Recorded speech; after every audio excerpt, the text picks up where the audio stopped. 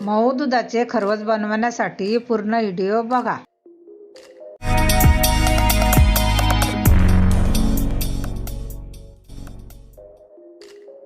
त्यासाठी 1 वाटी गूळ आणि दूध आधी गाळून घ्यायचं, नंतर गूळ विरघळून घ्यायचा।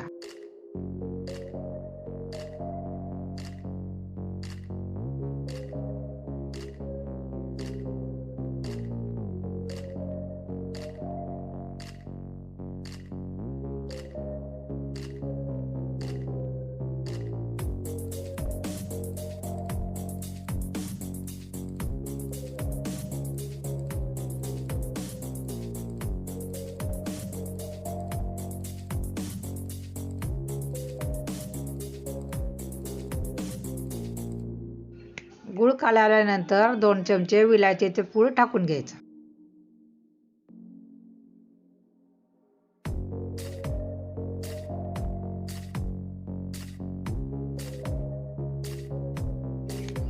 इलायचीचे पूड टाकल्यानंतर असे एकजीव करून घ्या।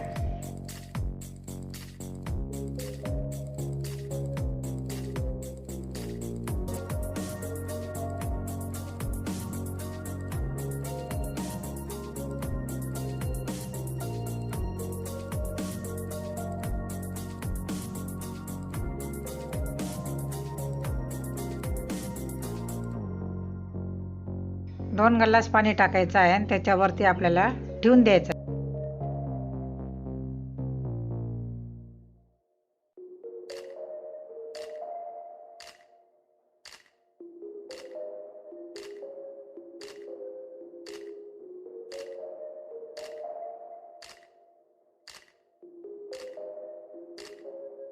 ही वरती ठेवल्यानंतर परातीने पॅक करून घ्यायचं आणि वर थोडं जड वस्तू ठेवायची। बरोबर 15 मिनिटाचा टाइम लावून गॅस बंद करायचा। 15 मिनिटानंतर हे आता छान झालेलं आहे, याला नंतर कापून घ्यायचं।